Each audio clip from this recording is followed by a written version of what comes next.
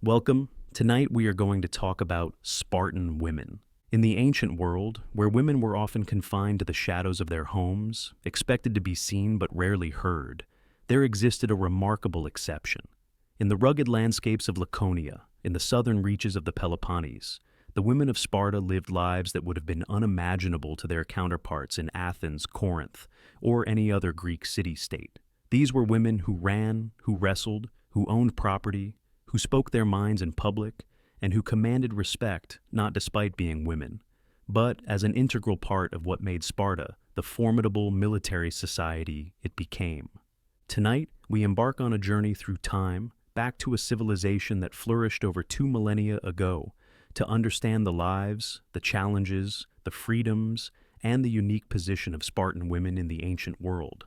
This is not just a story of warriors and battles, though those elements are present. This is a story of mothers and daughters, of education and independence, of physical strength and intellectual courage. This is the story of how one society chose a radically different path, and how it raised and valued its women, and how that choice shaped the destiny of one of history's most famous civilizations. So, settle in, relax, and let us journey together to ancient Sparta, to walk in the footsteps of women who defied the conventions of their time and carved out a space of power and influence that would echo through the centuries, the Spartan exception. To understand Spartan women, we must first understand how extraordinarily different they were from other women in the ancient Greek world. In Athens, often considered the pinnacle of ancient Greek culture and democracy, women lived severely restricted lives. Athenian women of good families were confined largely to their homes, particularly to the women's quarters called the gynaikesion. They could not vote, could not own property in their own right, could not participate in politics, and were expected to spend their days weaving, managing household slaves, and raising children. An Athenian woman was expected to be modest, quiet, and essentially invisible in public life.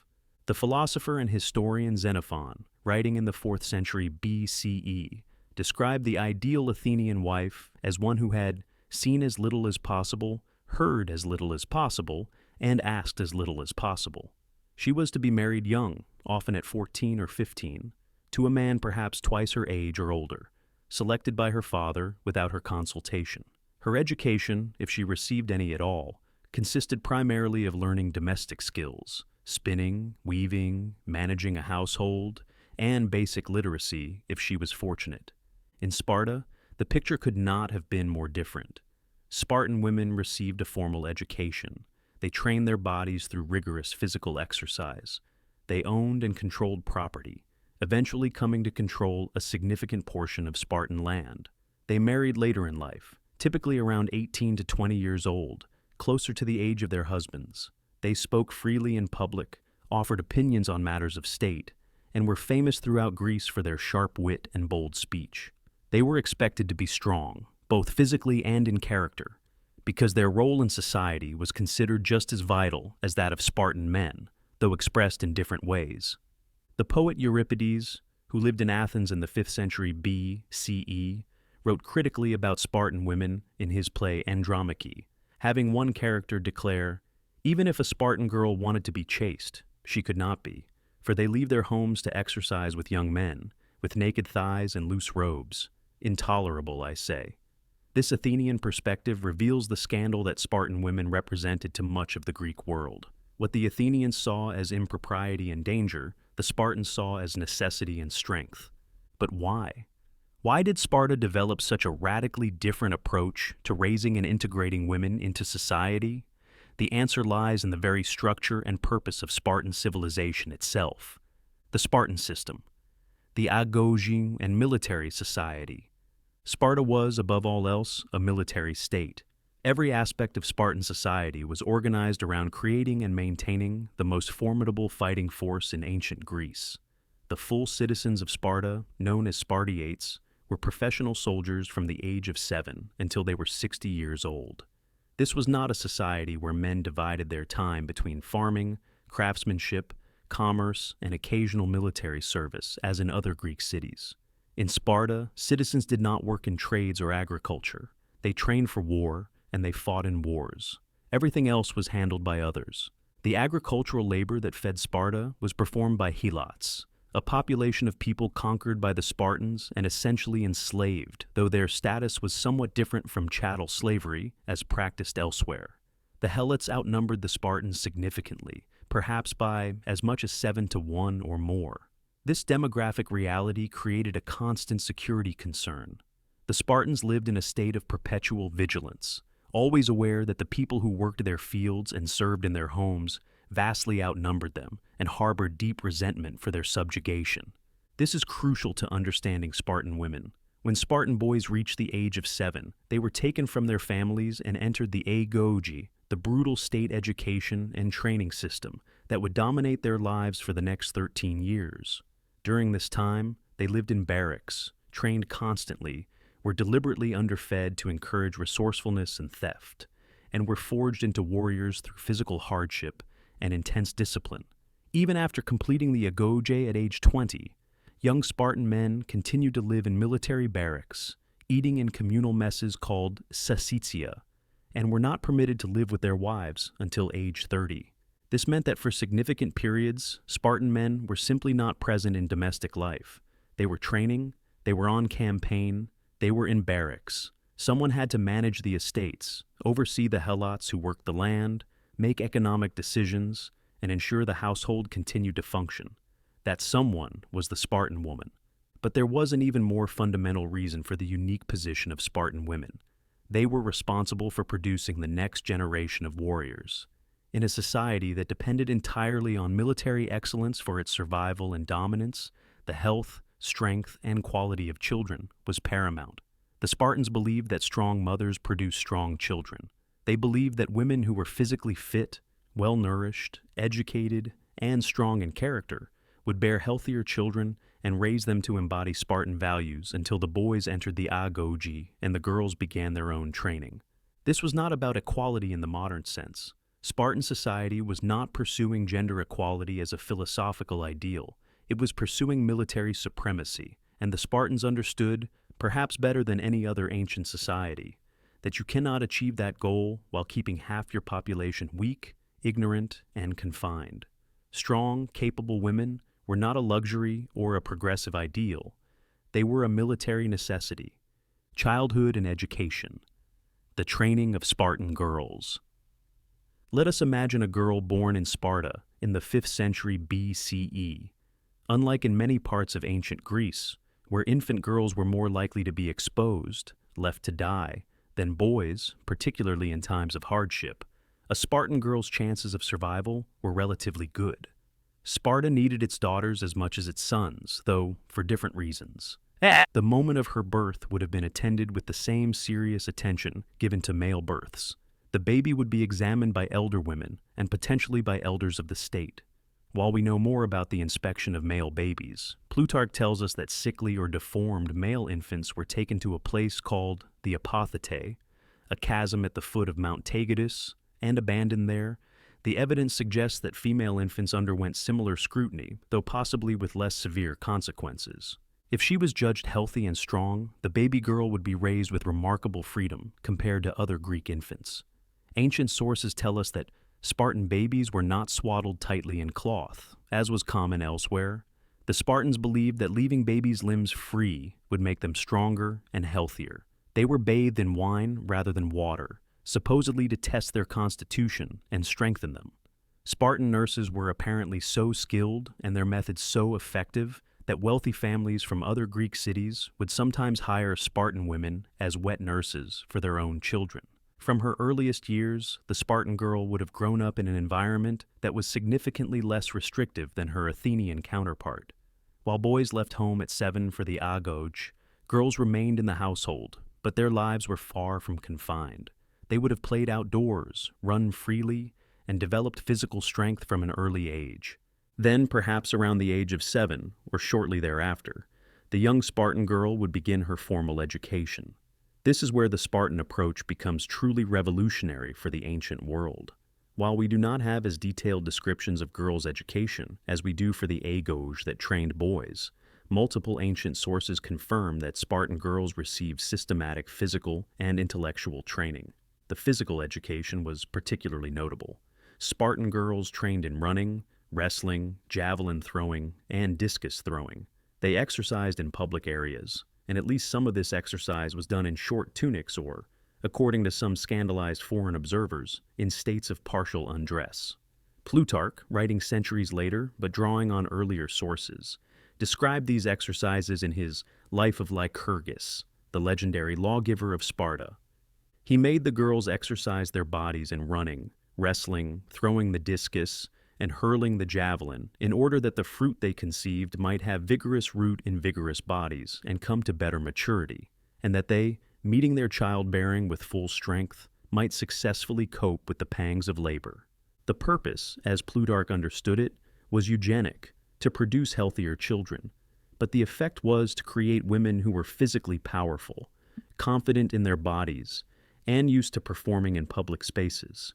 These were women who could run, who had strong bones and muscles, who understood their physical capabilities. Beyond physical training, Spartan girls learned music and dance, but not merely as ornamental accomplishments. Spartan choral performances were serious affairs. Girls performed in religious festivals, often singing hymns composed by famous poets. These performances were public, involving complex choreography and training in vocal projection and group coordination. The purpose was partly religious devotion, partly civic pride, and partly the cultivation of discipline and excellence. They also learned to read and write, which again was far from universal for women in the ancient world. Literacy rates in ancient Greece were generally low, and female literacy even lower, but Spartan women were apparently expected to be literate. This makes sense when we consider their later roles as estate managers and their participation in public discourse. A woman who might need to read documents related to property, who might need to send and receive messages, required literacy. But, perhaps most importantly, Spartan girls were educated in Spartan values and ideology. They learned about Spartan history, about the great deeds of their ancestors, about what it meant to be Spartan. They learned that courage was the highest virtue, that weakness was shameful, that duty to the state superseded personal comfort or safety. They learned these lessons through songs, through stories, through watching public ceremonies and festivals, and through the example of the adult women around them. The girls competed in athletic competitions, and these were public events. There was an annual festival called the Hyacinthia, where girls performed choral dances and athletic displays. At the Gymnopedia festival, girls and boys both performed. These were not quiet, hidden affairs. They were central to Spartan religious and civic life, and they showcased the physical prowess and training of Spartan youth, male and female alike. Imagine the psychological impact of this upbringing. A Spartan girl grew up seeing herself as physically capable.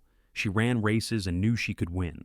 She threw javelins and knew she could hit the target. She performed in front of crowds and learned to be confident in public. She saw adult women who owned property, who spoke with authority, who were respected. She absorbed the message that she was valuable to her society, that her strength mattered, that her future role was important. This was a radically different psychological foundation than that of an Athenian girl, who from birth was taught that her value lay in her modesty, her obedience, her invisibility, and her eventual production of legitimate heirs for her husband's household. Physical appearance and beauty standards. The ancient sources provide us with fascinating insights into how Spartan women looked and how they were perceived by the wider Greek world. Their appearance, shaped by their unusual upbringing and lifestyle, set them apart immediately from other Greek women. First and foremost, Spartan women were physically fit in a way that was remarkable for the ancient world. The athletic training they underwent from childhood created bodies that were muscular, strong, and capable. Ancient writers describe them as tall and strong, with powerful legs from running and well-developed arms from throwing javelins and wrestling. This physical development continued into adulthood.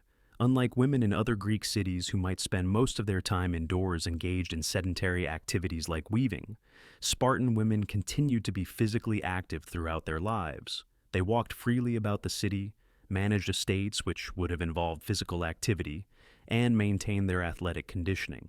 The result was a body type that other Greeks found noteworthy.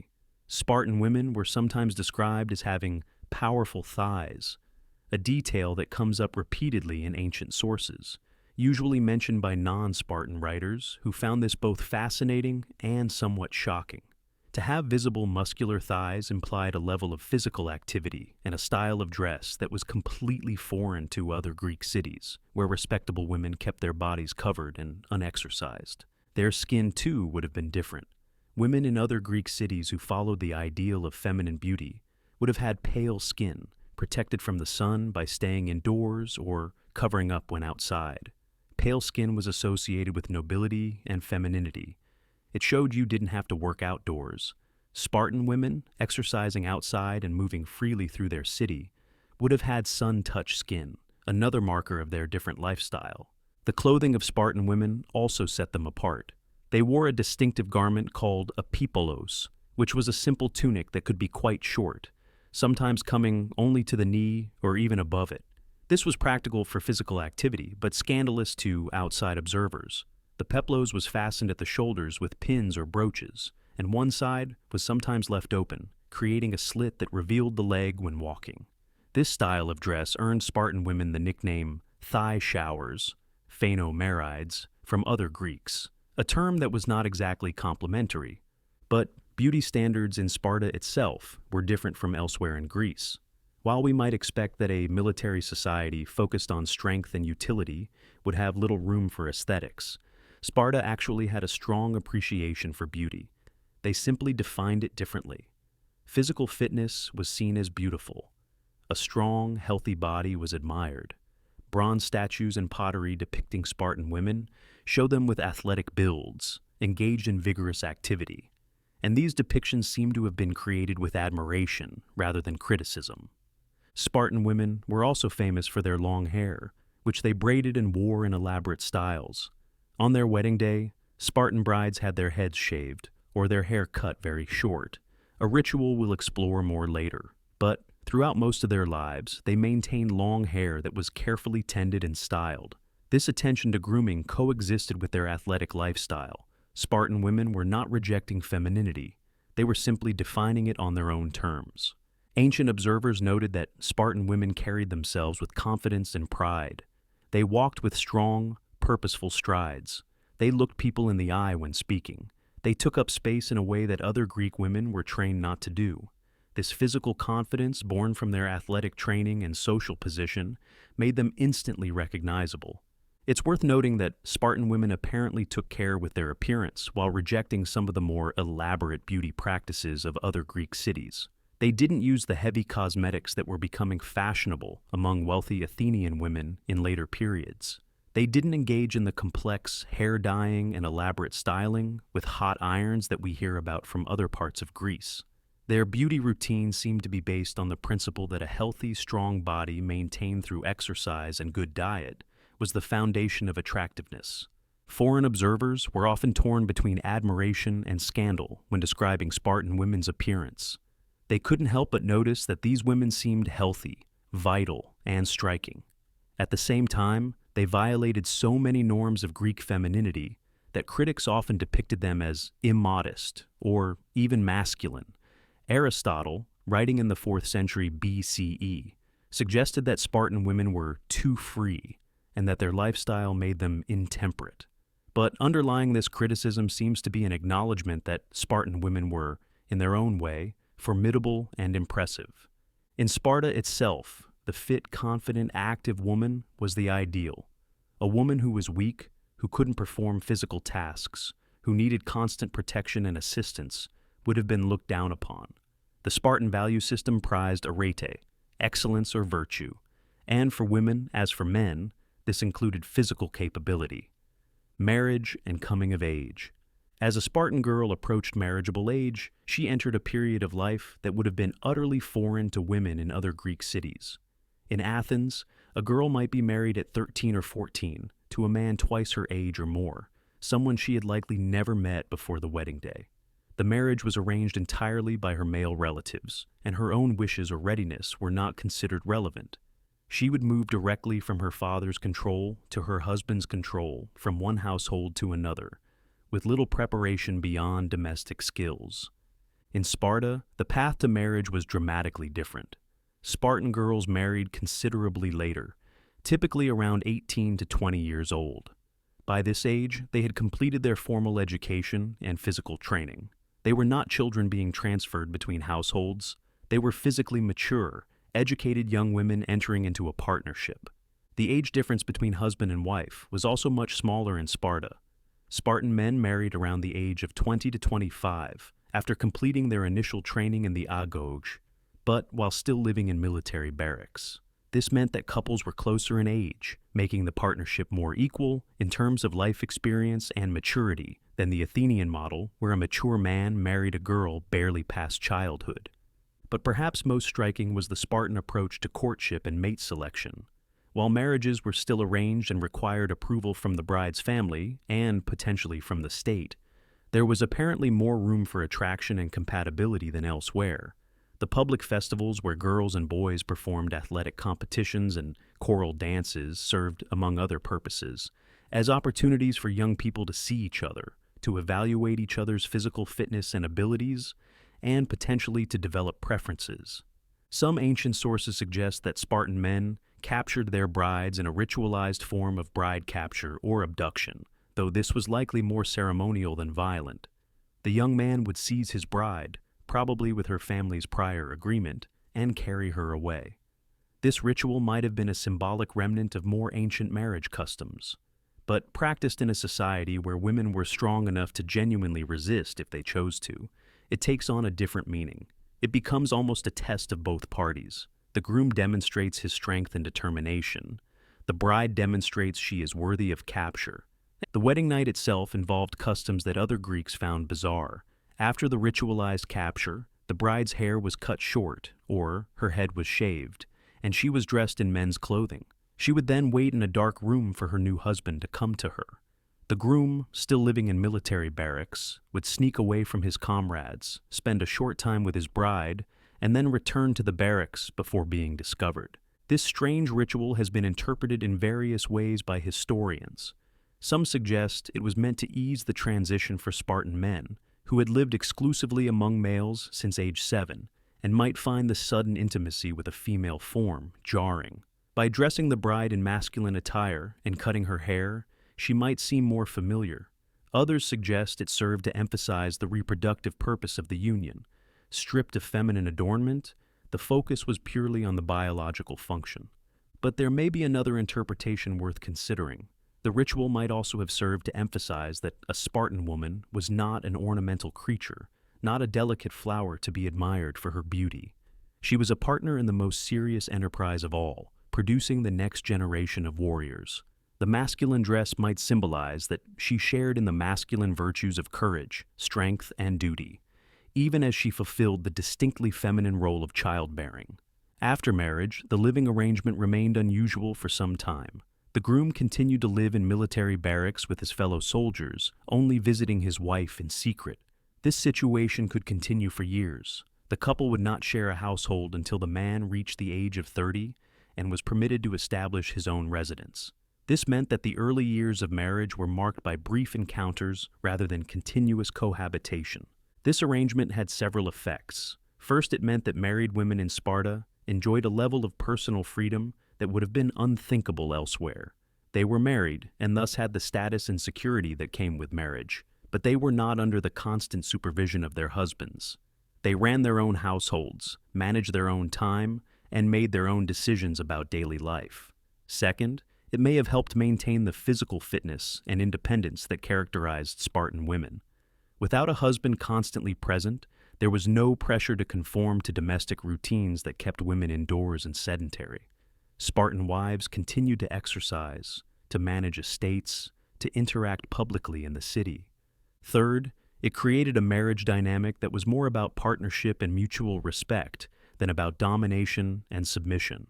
When husband and wife saw each other only periodically, their time together had to be meaningful. There wasn't the opportunity for the kind of grinding daily power struggles that could characterize marriages where wives were completely dependent and constantly supervised. The Spartan wife, managing an estate and making decisions, was demonstrating her capability and value. The Spartan husband, visiting his wife between military duties, was not a domestic tyrant, but something closer to an intermittent partner. Ancient sources suggest that Spartan couples maintained passionate relationships even after many years of marriage.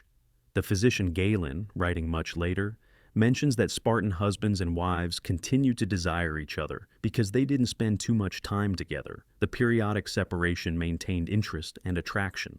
Whether or not this is accurate, it speaks to a perception that Spartan marriages were different in character from the normative Greek model. It's also worth noting that Sparta apparently practiced a form of wife sharing that scandalized other Greeks. If a married man wanted to have children with a woman married to another man, perhaps because she came from a good family and was known to be healthy and strong, he could seek permission from her husband.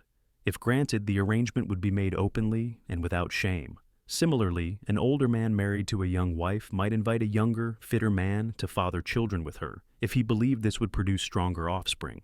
This practice, incomprehensible in societies that prize female chastity and clear lines of paternity, made perfect sense in Spartan logic.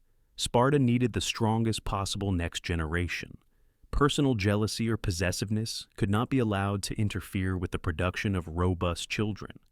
If a particular woman had demonstrated the ability to bear healthy children, it was in the state's interest for her to have as many as possible, regardless of conventional morality about sexual exclusivity.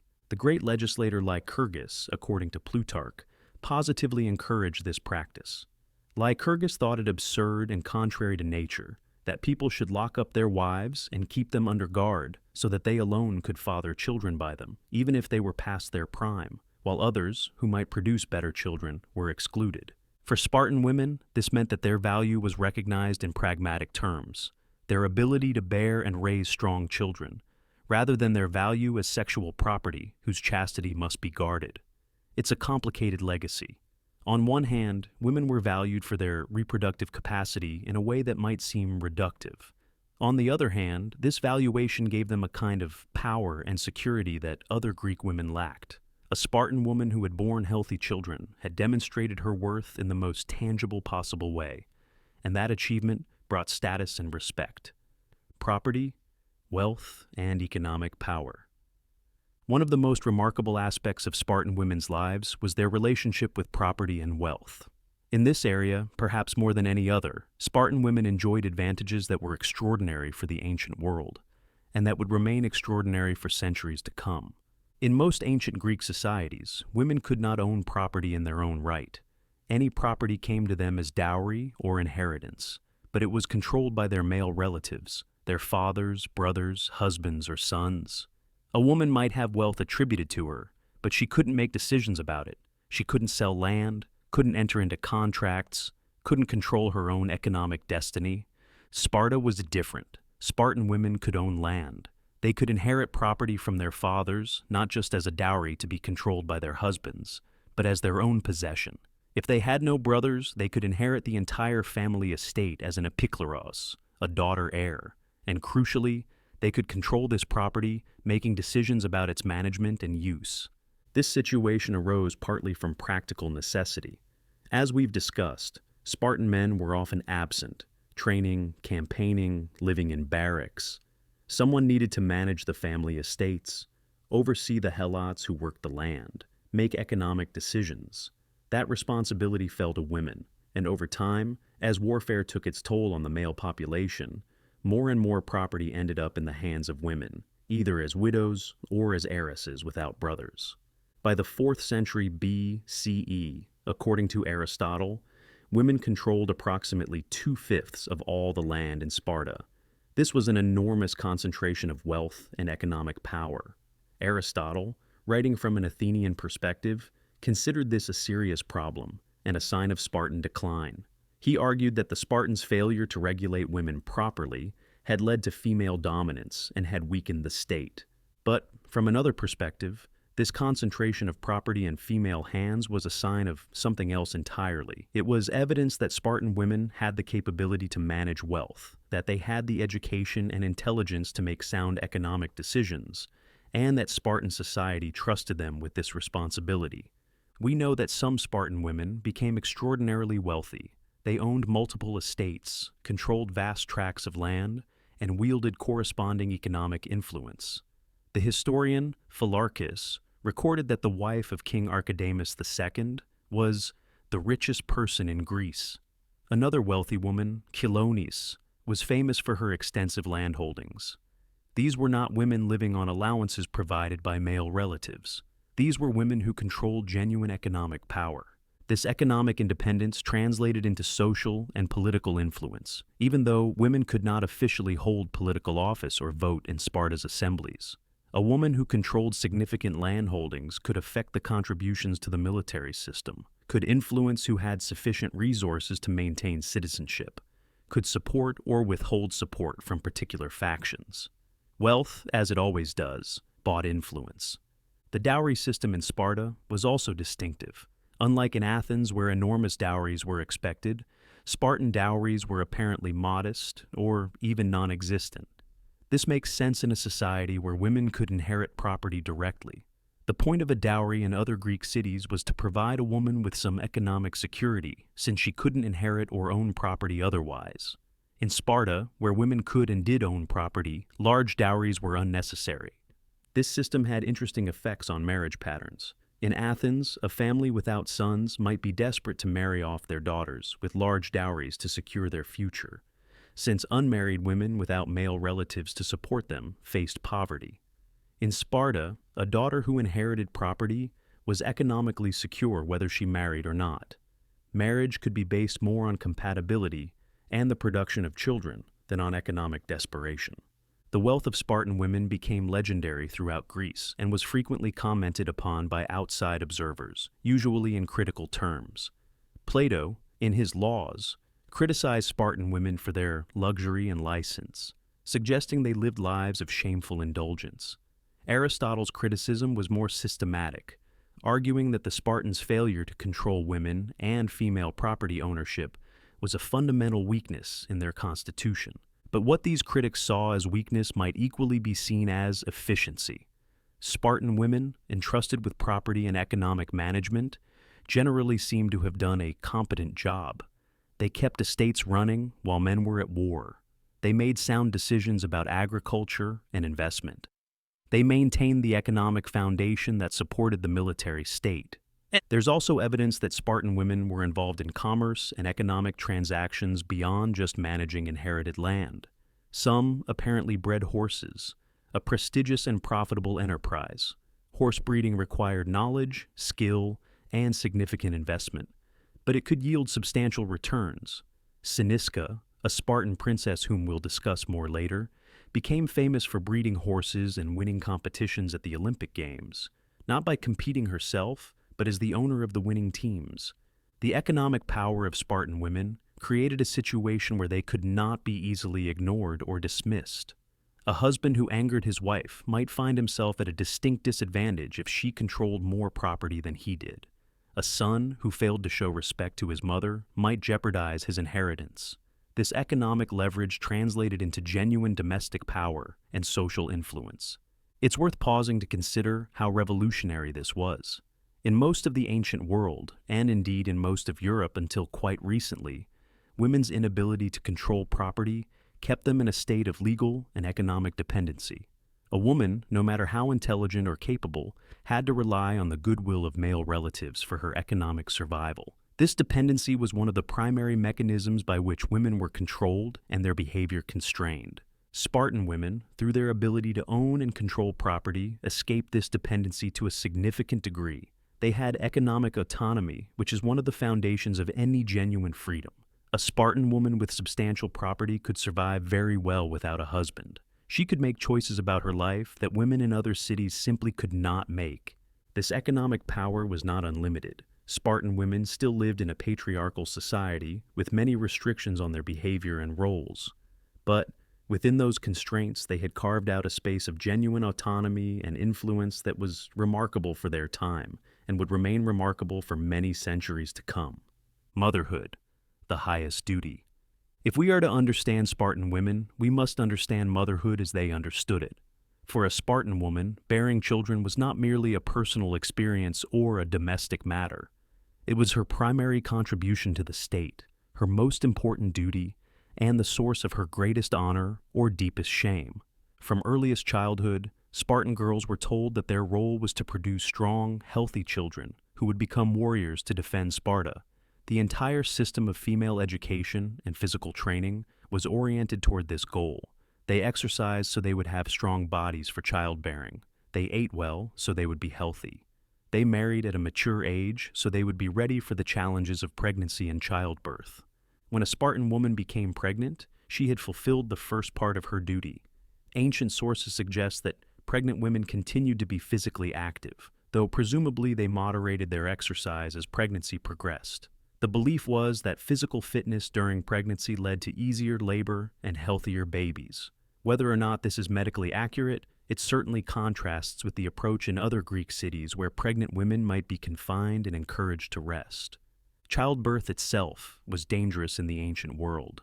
Without modern medicine, many women died in childbirth, and many infants died at birth or shortly after. The Spartans, unsentimental as always, acknowledged this reality in their customs. Only 2 categories of Spartans were permitted to have their names inscribed on their tombstones: men who died in battle and women who died in childbirth. This equation is striking. Dying while trying to produce the next generation of warriors was equivalent to dying while defending the state in battle. Both were the highest form of service. This tells us something profound about how Spartans viewed motherhood. A woman who died in childbirth died performing her duty to Sparta, just as a warrior who fell in battle died performing his. The pain, danger, and sacrifice of childbirth were not dismissed or minimized. They were honored as a form of combat, a different kind of warfare where the stakes were just as high and the courage required was just as great. If a woman survived childbirth and delivered a healthy baby, the next phase of her duty began. In the case of a boy, she would raise him until he was 7 years old, at which point he would enter the agoge. These early years were crucial. The mother was responsible for beginning the child's education in Spartan values, for ensuring he was physically healthy and strong, for teaching him the basics of courage and endurance. The Spartans believed that much of a child's character was formed in these early years, and the responsibility fell primarily on the mother. Ancient sources tell us that Spartan mothers were stern with their sons, deliberately hardening them for the difficult life ahead. They were not supposed to coddle or overprotect their children. A Spartan mother who saw her son crying might shame him rather than comfort him. One who saw him showing fear might rebuke him sharply. The goal was to begin preparing the boy psychologically for the brutal training of the agoge. There are numerous anecdotes recorded by Plutarch and others about Spartan mothers and their sons. Many of these stories emphasize the mother's role in enforcing courage and duty. In one famous tale, a Spartan mother handed her son his shield as he left for battle with the words, "Come back with this or on it." The message was clear: return victorious, carrying your shield, or return dead, carried on your shield. Do not return having thrown away your shield to flee more easily.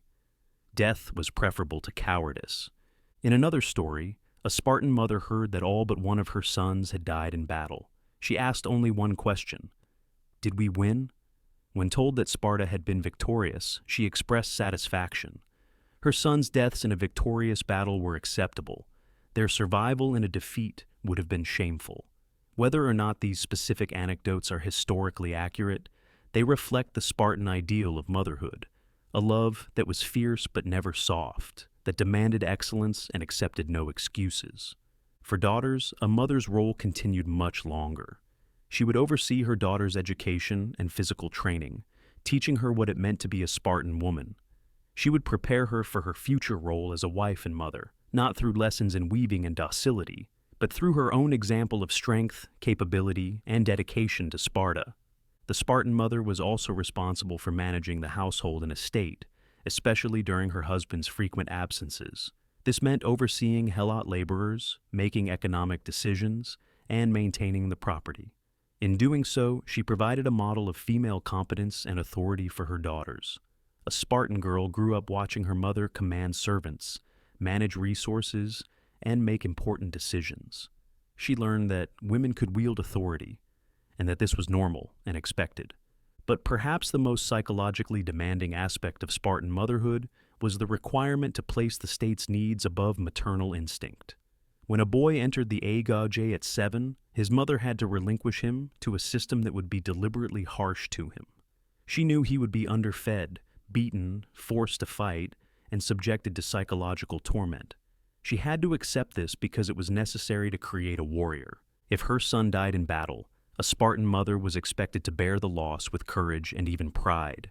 Excessive grief was seen as weakness. A mother who wailed and mourned conspicuously would be criticized. The proper response to a son's death in battle was to accept it with dignity, to take pride that he had died bravely, and to trust that he had fulfilled his purpose. We might view this as cruel, as a suppression of natural maternal love, and perhaps it was. But the Spartans would have argued that true maternal love meant preparing your child for reality, not shielding them from it.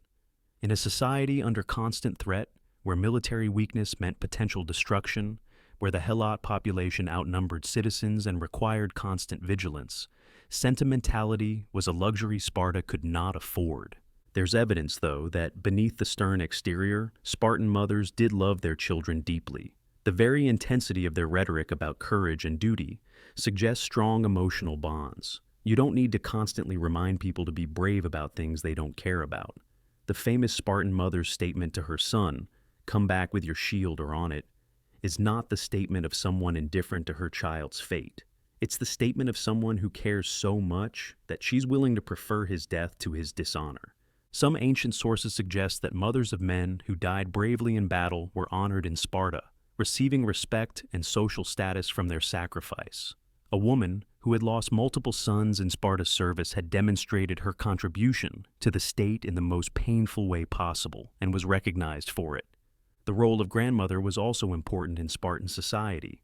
Older women, past childbearing age but with years of experience, seem to have held positions of respect and authority. They would have played roles in educating grandchildren, in examining newborn infants for fitness, in advising younger women, and in maintaining cultural traditions. In a society where men might die young in battle, and where even those who survived were often absent on military duty, experienced older women provided continuity and wisdom. It's worth noting that the Spartan system, for all its harshness, may have produced relatively close mother-son bonds in some ways.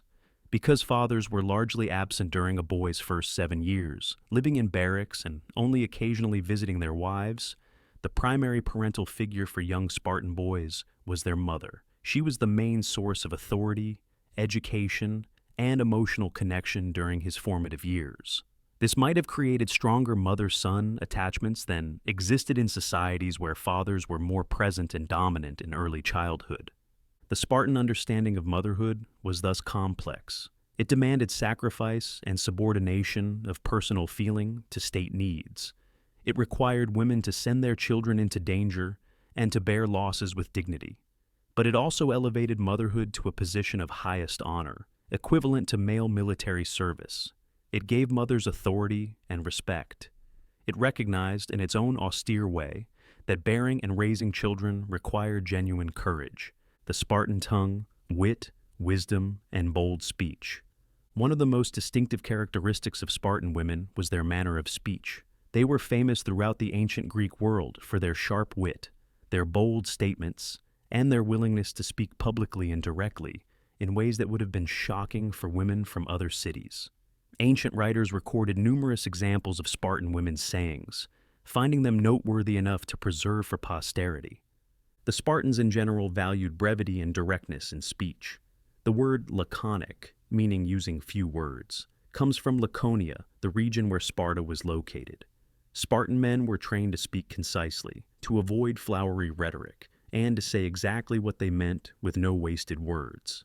Spartan women seem to have embraced this same communication style, but they combined it with a kind of fearlessness in addressing topics and making statements that other Greek women would never have dared to utter publicly. Plutarch, in his Moralia, compiled a collection of sayings of Spartan women. These brief statements, preserved over centuries, give us remarkable insight into how these women thought, what they valued, and how they expressed themselves. Let us examine some of these sayings to better understand the Spartan female voice. One of the most famous categories of Spartan women's sayings involves mothers and their warrior sons. We have already mentioned the mother who told her son to return with your shield or on it. But there are many other examples that show the same fierce prioritization of honor over survival. Another mother, seeing her son return from battle without his shield, killed him on the spot, saying, "You abandon your shield, but you will not abandon your duty." Whether this actually happened or is a moralized fiction, it was told and retold because it expressed the Spartan ideal. Courage and honor were more important than life itself, and mothers were expected to enforce this standard ruthlessly. One mother, told that her son had died bravely in battle fighting in the front ranks, replied simply, "He was my son." There's a world of meaning in that brief statement. She's acknowledging that she expected nothing less. Of course her son fought bravely. He was her son, raised properly, and could have done nothing else. There's pride there, and acceptance, and a kind of grim satisfaction that he had lived up to what was expected. Another Spartan woman, asked how she had the courage to kill her son when he showed cowardice, replied, "I bore him." The implication is clear. Just as she had the power to give him life, she had the right to take it away if he failed to live up to Spartan standards. To modern sensibilities, this is horrifying. To Spartans, it was the ultimate expression of putting duty to the state above personal feeling. But Spartan women's wit wasn't limited to grim statements about death and honor. They were also famous for clever comebacks and sharp observations. When an Athenian woman said to a Spartan woman, "You Spartan women are the only women who rule men," the Spartan woman replied, "We are the only women who give birth to men." It's a devastating response. She's simultaneously accepting the charge, yes, we have influence over our men, and reframing it, we have influence because we raise superior men, not because we're domineering shrews.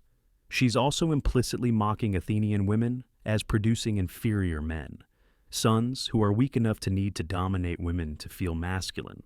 In another exchange, an outsider woman criticized Spartan women for wearing short tunics that showed their thighs.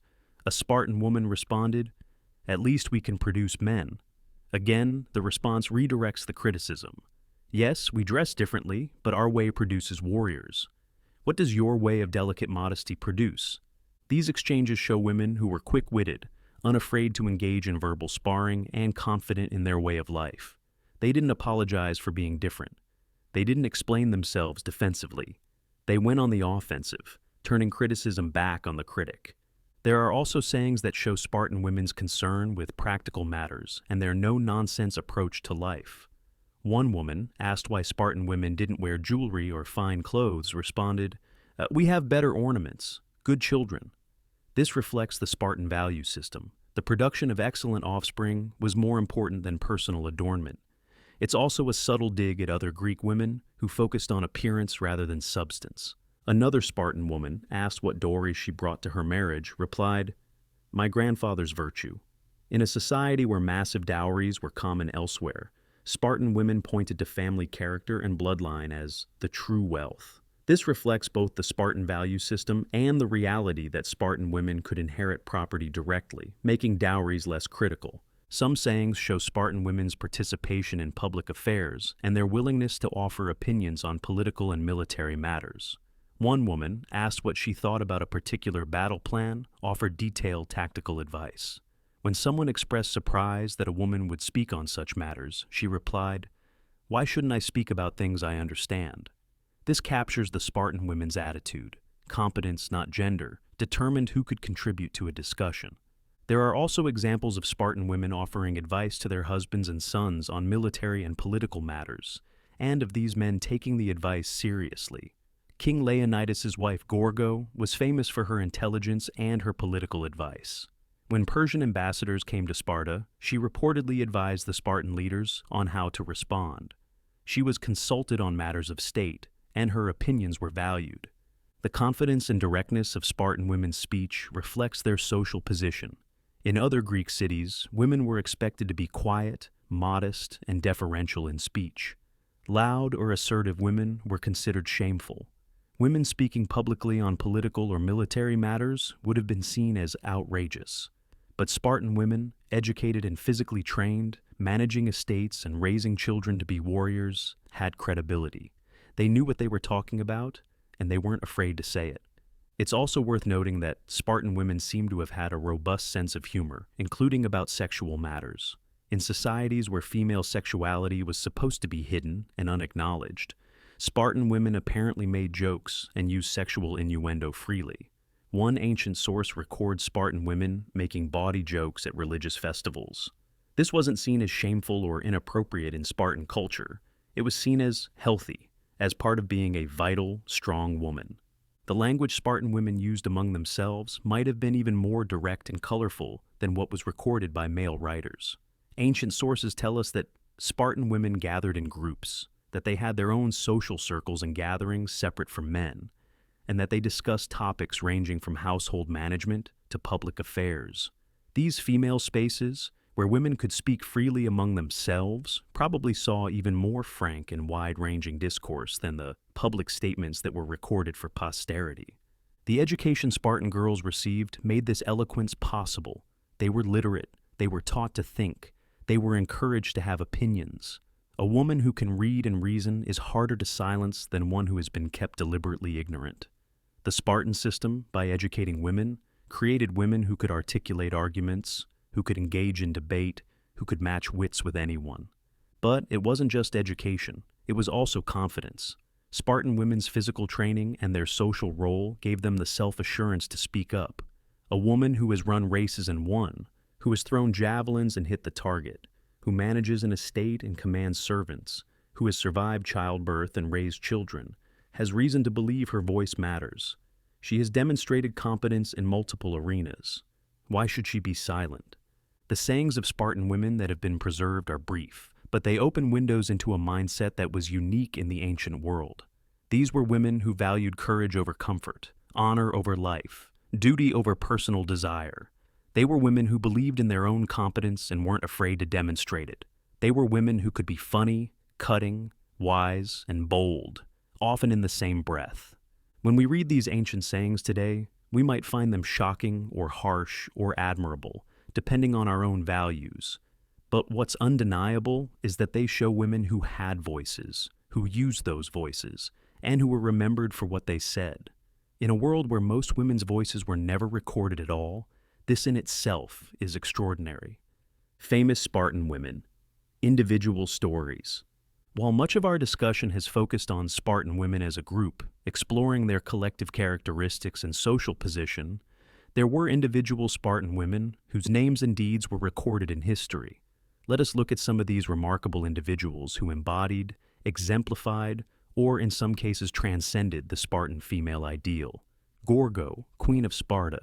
Perhaps the most famous Spartan woman of all was Gorgo, wife of King Leonidas and daughter of King Cleomenes. She was born around 518 BCE into the Spartan royal family, and her intelligence and political acumen became legendary throughout Greece. Even as a child, Gorgo demonstrated the keen mind that would make her famous. Herodotus, the ancient historian, recorded an incident when she was about 8 or 9 years old. A man from Ionia named Aristagoras had come to Sparta seeking military aid for a rebellion against Persian rule. He tried to bribe Cleomenes, Gorgo's father, offering increasingly large sums of money. As the amounts grew higher, young Gorgo, who was present during the discussion, reportedly said to her father, "Father, leave the room, or this stranger will corrupt you." Cleomenes took his daughter's advice and sent the Ionian away. For a child to speak up in a diplomatic meeting, and for her father, the king, to take her counsel seriously, tells us much about the position of Spartan women, even in the highest political circles.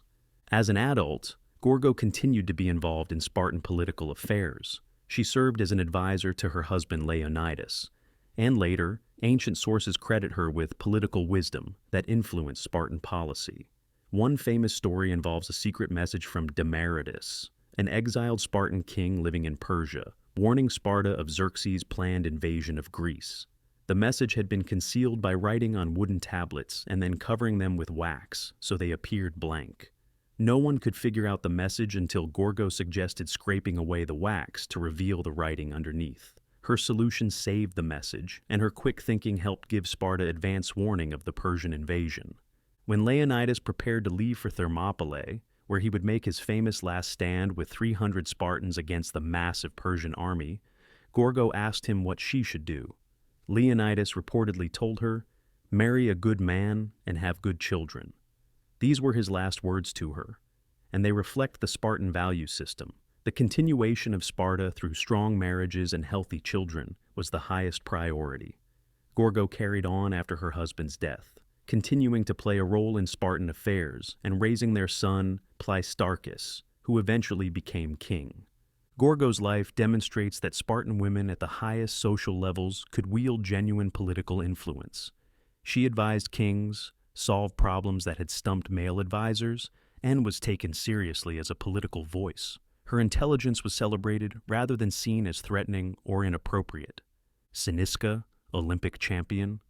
Cynisca, who lived in the late 5th and early 4th centuries BCE, was a Spartan princess, daughter of King Archidamus II and sister of King Agesilaus II.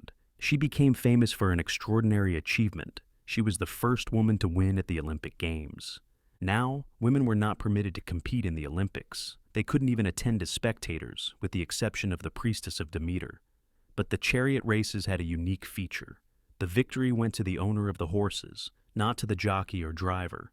Cynisca took advantage of this rule. She bred horses, trained them, and entered them in the 4-horse chariot race at the Olympics. In 396 BCE, her chariot team won. 4 years later, in 392 BCE, she won again. These victories were extraordinary achievements. Horse breeding was expensive and prestigious, and winning at the Olympics was the highest honor in the Greek athletic world. Cynisca had proven herself in an arena dominated by wealthy men. She commemorated her victories with a statue and inscription at Olympia, which partially survives. The inscription reads, "Kings of Sparta were my fathers and brothers, and I, Cynisca, winning the race with my chariot of swift-footed horses, erected this statue. I assert that I am the only woman in all Greece to have won this crown." That last line is particularly striking. I assert that I am the only woman in all Greece to have won this crown. There's pride there, and defiance, and perhaps a challenge to other women to match her achievement. She's not apologizing for stepping into a male-dominated arena. She's boasting about it. Some ancient sources suggest that Cynisca's brother Agesilaus encouraged her to compete as a way of demonstrating that Olympic victories in horse racing were about wealth rather than personal virtue, and thus less important than victories in athletic competitions, where the competitor's own body determined the outcome. Whether or not this was his motivation, the effect was to prove that a woman could achieve the same Olympic glory as any man, at least in this particular competition. Cynisca's victories opened the door for other women. After her success, other wealthy Greek women began entering horses in Olympic chariot races and winning, but she was the first, and she made sure everyone knew it. Archidamia, defender of Sparta. In 272 BCE, when Sparta was already in decline from its classical power, the city faced an attack by Pyrrhus of Epirus. The enemy army was literally at the gates, and Sparta had never had city walls. The Spartans had always believed that their warriors were the only walls they needed. The Spartan men were preparing to defend the city in what looked like a hopeless fight. According to Plutarch, the Spartan women wanted to help with the defense. The male leaders initially tried to send the women away for their safety, but the women refused to go.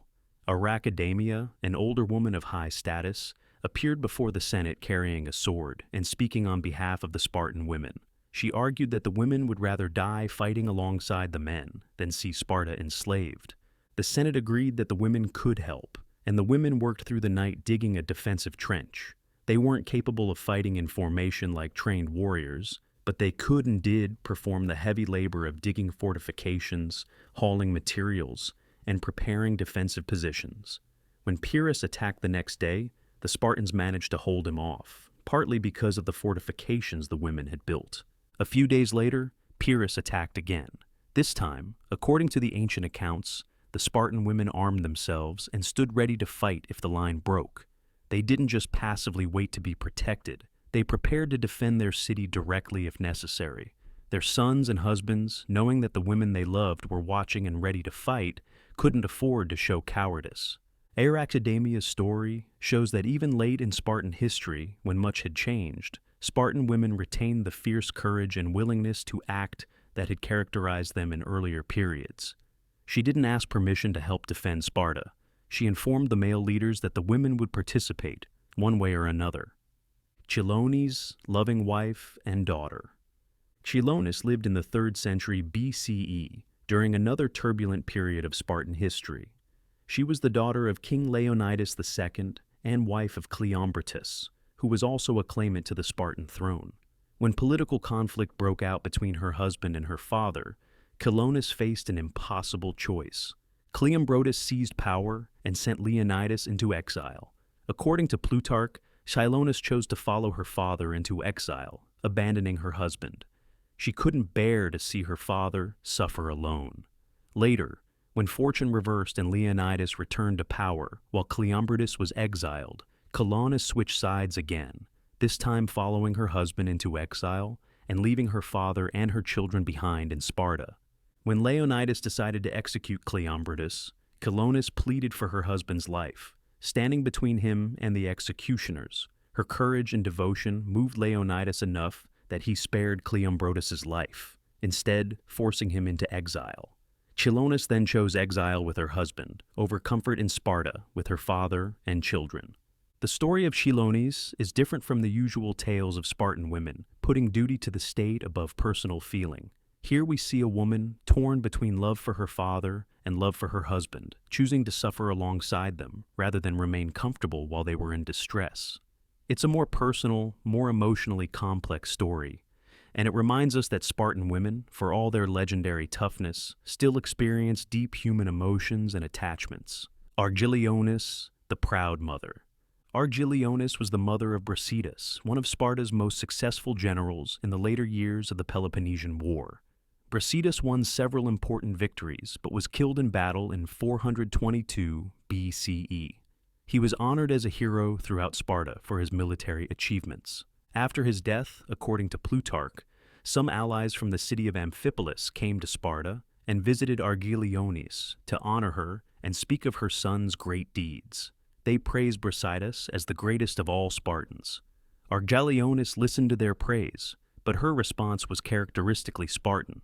She said, "My son was indeed a good and brave man, but Sparta has many better men than he was." This response has multiple layers. On one level, it's traditional Spartan modesty. Don't boast, don't claim your child is special. But it's also a profound statement about Spartan values. Brasidas's individual achievements, however impressive, were not the point. What mattered was that Sparta could produce such men consistently, that he was one of many. Sparta's strength wasn't one individual's excellence, but the system that created generation after generation of warriors. Argilionis took pride in her son, but placed that pride in proper Spartan context. He had done his duty, as many other Spartans had done and would continue to do. His death in battle was exactly what a Spartan mother should expect and accept: religious life and rituals. Religion permeated every aspect of ancient Greek life, and Sparta was no exception. But here, too, Spartan women occupied a distinctive position, participating in religious life in ways that set them apart from women in other Greek cities. Their role in religious ceremonies and their relationship with the divine reflected and reinforced their broader social position. Spartan women participated actively in religious festivals and rituals. Unlike in Athens, where women's participation in public religious ceremonies was limited and carefully controlled, Spartan women took prominent roles in many religious observances. They danced, they sang hymns, they made offerings, and they performed in public religious celebrations. The most important religious sanctuary in the Spartan region was the shrine of Artemis Orthia, located on the banks of the Eurotas River. Artemis, the virgin goddess of the hunt, childbirth, and wild nature, was particularly important to Spartan women. She represented many qualities that Spartans admired: independence, strength, skill with weapons, and a fierce protective instinct. At the sanctuary of Artemis Orthia, initiation ceremonies took place for both boys and girls. These rituals marked the transition from childhood to adulthood and involved physical tests of endurance. For boys, the most famous ritual was the diamastigosis, a brutal whipping contest where boys competed to see who could endure the most lashing without crying out. Some boys died during this ritual, and it became a tourist attraction in later periods when Sparta had become a curiosity for Roman tourists. For girls, the rituals were different, but also involved physical demonstrations. They performed choral dances, they raced, and they engaged in ritual competitions. These performances were public, watched by the community, and served to demonstrate that the girls had successfully completed their training and were ready for the responsibilities of adulthood and eventually motherhood. Archaeological excavations at the Artemis Orthias Sanctuary have uncovered thousands of votive offerings, including many lead figurines. Some of these depict women in various poses, running, dancing, or standing in positions of authority. These figurines were likely offerings made by women or on behalf of women, perhaps in gratitude for successful childbirth, or as prayers for health and strength. The sheer number of these offerings tells us that women were actively engaged in worship at this important sanctuary. The Hyacinthia was another major religious festival in Sparta, lasting 3 days and honoring Apollo and the hero Hyacinthus. During this festival, Spartan girls performed elaborate choral dances. These performances were not simple entertainment. They were serious religious observances that required extensive training and precise execution. The girls wore special clothing and sang hymns composed by famous poets. The entire community attended, and a girl's performance was a public demonstration of her discipline, skill, and commitment to Spartan ideals. At the Gymnopedia, a summer festival honoring Apollo, both boys and girls performed. The name literally means Festival of Naked Youth, though it's debated exactly what degree of nudity was involved. What's clear is that this was another occasion for young Spartans to demonstrate their physical fitness and training through public performance. For girls to perform publicly in what may have been minimal clothing was shocking to other Greeks, but normal in Sparta. Spartan women also had important roles in death rituals and mourning. While we noted earlier that excessive mourning was discouraged, this didn't mean women played no role in funerals. They prepared bodies for burial. They performed ritual lamentations within appropriate bounds, and they tended to graves and monuments. The graves of women who died in childbirth were particularly honored, marked with inscribed stones that immortalized their names, a privilege shared only with men who died in battle. Helen of Troy, whose abduction sparked the Trojan War in Greek mythology, was said to be from Sparta, the daughter of Zeus and Leda. After her death, according to legend, she was worshipped as a goddess in Sparta at a shrine called the Menelaean. This cult of Helen may have been particularly important to Spartan women. Helen was beautiful, yes, but in Spartan tradition, she was also athletic and strong. Ancient sources describe her exercising and training like other Spartan girls. The worship of a powerful, beautiful, but also physically capable female divine figure would have resonated with Spartan women's own self-image. The goddess Hera, Zeus's wife, and the goddess of marriage and childbirth, was also important in Spartan religion. Women would make offerings to Hera when they married and when they hoped to conceive. But the Spartan relationship with Hera was different from elsewhere. In Athens, Hera represented the submissive, obedient wife. In Sparta, Hera could be seen as more powerful, more independent, a goddess who held her own against Zeus, who had her own authority and sphere of influence.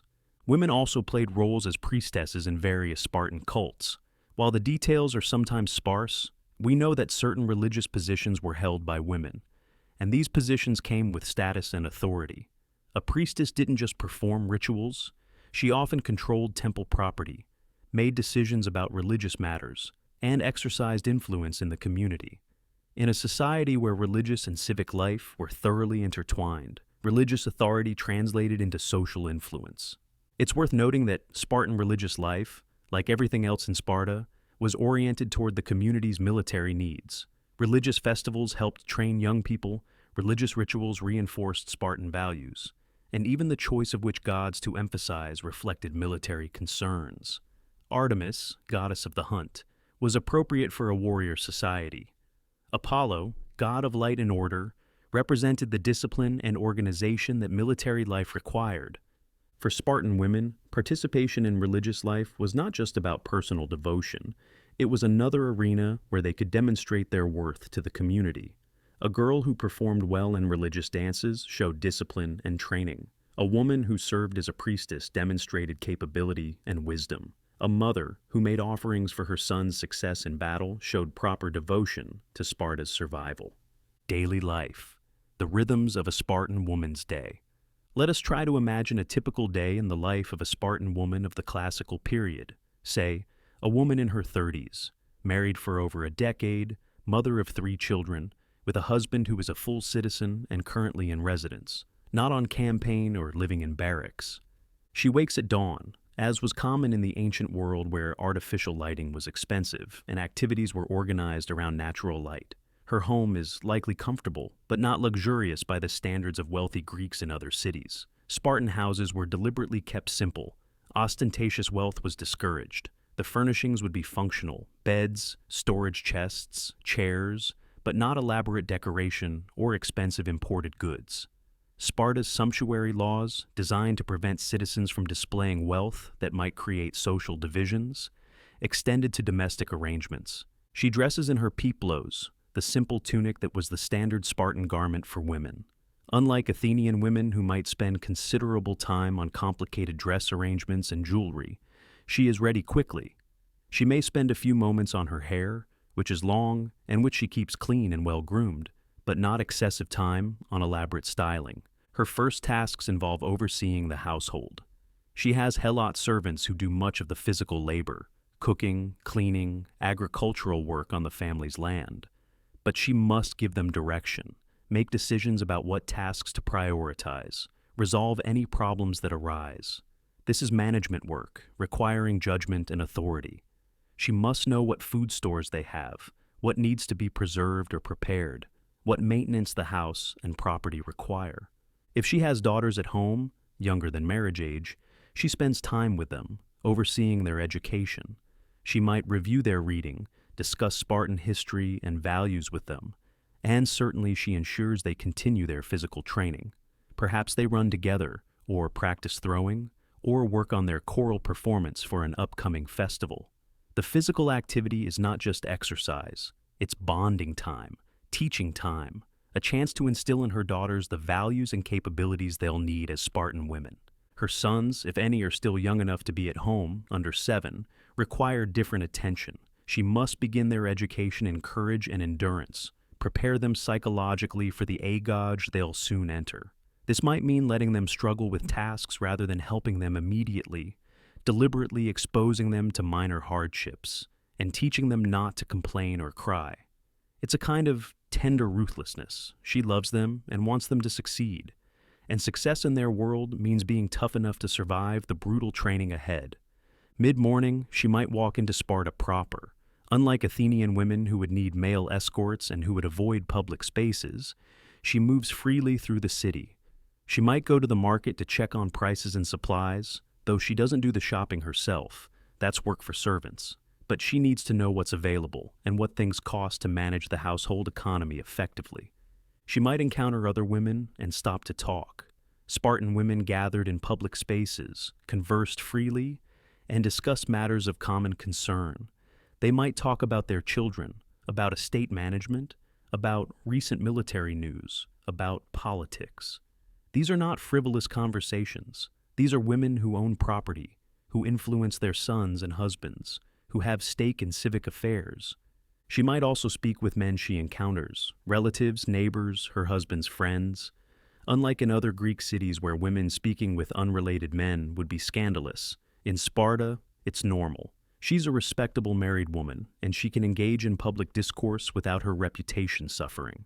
At midday, she returns home for the main meal. Her husband, if he's present, might be there, though if he's on duty with his military unit, he'll be eating at his Sicyon, the communal mess where Spartan men dine together. The food is simple. The Spartans were famous for their plain diet. The legendary black broth, made from pork, blood, salt, and vinegar, was their most famous dish, though it was notorious among other Greeks for being nearly inedible. But the point wasn't gourmet cuisine. The point was sufficient nutrition to maintain strength without any indulgence. The afternoon might bring various activities. If she owns significant property, she might need to visit one of her estates, checking on the helot's work, inspecting the condition of the land, making decisions about planting or harvest. This requires her to understand agriculture, to judge the quality of work, to plan ahead for the seasons. It's intellectually demanding work. Or she might have social or civic obligations. Perhaps there's a religious ceremony she needs to attend, or a gathering of women to discuss some community matter. Maybe she's involved in organizing an upcoming festival, coordinating the girls' choral performances, or managing logistics for a public event. She might also spend time on physical exercise. Spartan women didn't stop exercising when they married or had children. Maintaining fitness was a lifelong expectation. She might run, either alone or with other women. She might practice throwing or other athletic skills. This isn't just about health. It's about maintaining her identity as a Spartan woman, capable and strong. In the later afternoon, if her husband is present, they might spend time together. Spartan marriages, because husband and wife didn't live together constantly in the early years, often maintained a level of passion and interest that could fade in marriages where couples were together constantly. They might talk about serious matters, the war, the estate, the children's progress. She's not excluded from these discussions. Her opinions are sought and valued. Evening brings its own rhythms. If there's a religious festival or public gathering, she might attend. Sparta had numerous festivals throughout the year, and these were central to community life. Even if there's no special event, the evening might include social time with other women, conversation, perhaps music. When night falls and oil lamps are lit, she attends to final tasks. She checks on her children, ensures the household is secure, gives final instructions to servants for the next day. She might read if there is sufficient light. Spartan women were literate and valued learning. Or she might simply rest, preparing for another day of the same essential tasks: managing, deciding, training, maintaining. This imagined day, of course, would vary significantly depending on circumstances. A younger woman without children would have a different rhythm. An older woman, past childbearing, would have different priorities and more authority. A wealthy woman with extensive property would have more complex economic management tasks. A woman whose husband was away on campaign would have even more autonomy and responsibility. What's consistent across these variations is the level of autonomy, the range of activities, and the absence of the kind of confinement that characterized women's lives elsewhere in Greece. A Spartan woman's day took her out into public spaces, involved her in economic decisions, required her to exercise authority, and engaged her mind and body in substantive ways. It wasn't an easy life. The responsibilities were significant, the expectations were high, and the demands of maintaining Spartan values while managing practical affairs were constant. But it was a life of engagement and purpose, where a woman's capabilities mattered and where she had genuine opportunities to exercise her abilities. The darker realities, helots, and social hierarchy. To truly understand Spartan women's lives, we cannot avoid discussing the foundation upon which their freedom and status rested: the exploitation of the helot population. This is perhaps the most morally complex aspect of Spartan society, and it touches directly on women's lives and choices. Helots were the descendants of populations conquered by Sparta, particularly the Messenians. They were bound to the land, forced to work for Spartan citizens, and subject to brutal treatment. The Helots vastly outnumbered the Spartans. Estimates range from 7-1 to as much as 10-1. This demographic imbalance created a situation of perpetual tension and potential revolt. Spartan women, as managers of estates, directly oversaw Helot labor, the agricultural work that fed Spartan families, the domestic service that maintained households, the production that created any surplus wealth. All of this was performed by helots under the direction and control of Spartan citizens. When a Spartan woman managed an estate, she was managing enslaved people. The system was maintained through terror. Each year, Sparta formally declared war on the helots, making it legally permissible to kill them without pollution or penalty.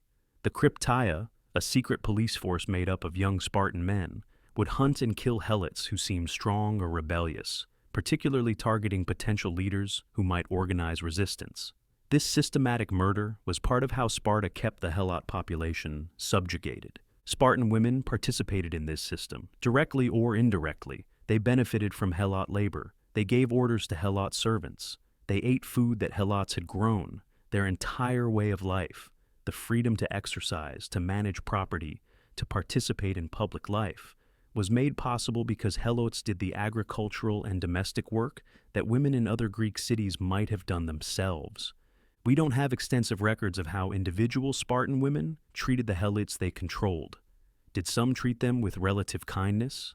Certainly it would be easier to manage people who weren't utterly resentful and desperate.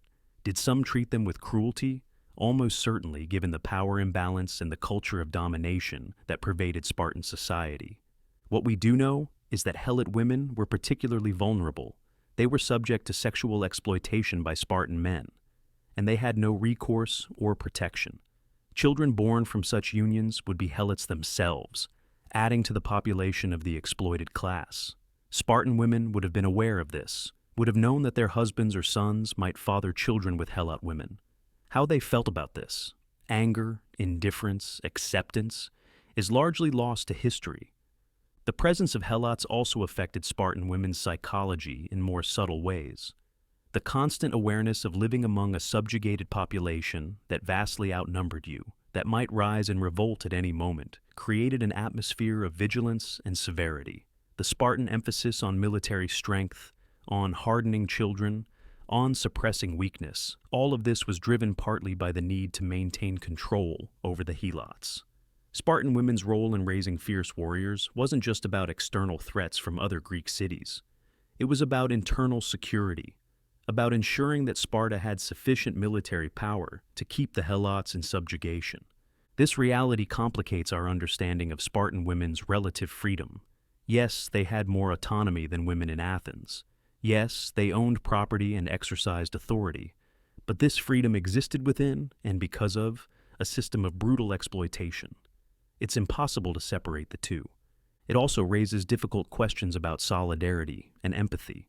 Did Spartan women feel any kinship with Helot women? They were all women living in the same society, all subject to the dangers of childbirth, all raising children. But they existed on opposite sides of an enormous power divide. A Spartan woman who gave birth might have a Helot woman serving as a wet nurse for her child, forced to nurse another woman's baby, possibly at the expense of her own child. What kind of relationships formed in such contexts? There were also distinctions among Spartan women themselves. The full Spartiate class, citizens with complete rights, was an elite minority. Below them were various categories of people with fewer rights: Mothakes, non-citizens raised with Spartiote boys; Hypomyones, inferiors who had lost citizen status; Perioikoi, free non-citizens living in surrounding areas. Women in these categories had different experiences and different degrees of freedom than Spartiate women. Spartiate women themselves were divided by wealth and status. Despite Sparta's ideology of equality among citizens, wealth disparities existed and grew over time. Women from wealthier families who inherited or controlled more property had more options, more influence, and more security than poorer Spartiate women. A woman from one of the two royal families had opportunities and status that an ordinary Spartiate woman could never access. These hierarchies meant that when we talk about Spartan women, we're often really talking about a specific subset, wealthy or middle-class Spartiate women. For Helot women, life in Sparta was undoubtedly harsh, marked by forced labor, vulnerability to violence and sexual exploitation, and the constant pain of living under a hostile regime that had formalized their subjugation. This darker reality doesn't negate the genuine freedoms and capabilities that Spartiate women enjoyed, but it should complicate our understanding of them. Their liberation was built on others' subjugation. Their leisure to exercise and participate in public life came at the cost of Helot women's forced labor. History rarely gives us pure heroes or pure villains, and Spartan women are no exception.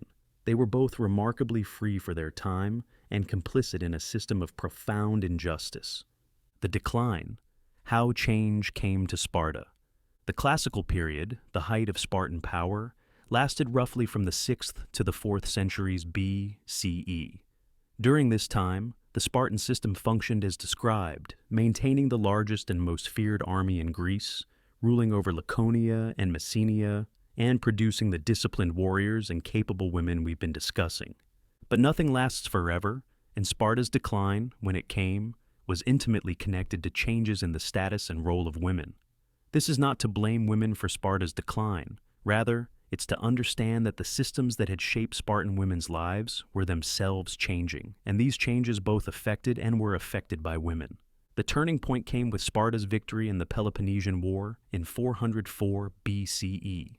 For decades, Sparta had fought Athens and her allies, The war was brutal, expensive in both lives and resources, and ended with Sparta as the dominant power in Greece.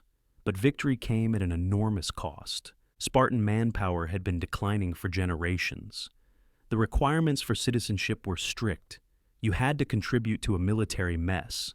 You had to complete the agoge. You had to maintain certain standards. As warfare took its toll, as some families fell into poverty and couldn't maintain the contributions required for citizenship, as inheritance patterns concentrated wealth in fewer hands, the number of full Spartiate citizens shrank dramatically. At the Battle of Leuctra in 371 BCE, a catastrophic defeat at the hands of Thebes, Sparta lost about 400 Spartiates out of a total citizen body that had already shrunk to perhaps 1,500 or fewer. This was devastating. Not just the immediate military loss, but the loss of such a significant portion of the warrior class that was the foundation of Spartan power. As the male population declined, more property passed into women's hands. Some estimates suggest that by the mid-4th century BCE, women controlled as much as 2/5 of all Spartan land, as we mentioned earlier. This happened through inheritance. Women with no brothers inherited entire estates. Widows inherited from husbands killed in battle. Women outlived male relatives and accumulated property through multiple inheritances.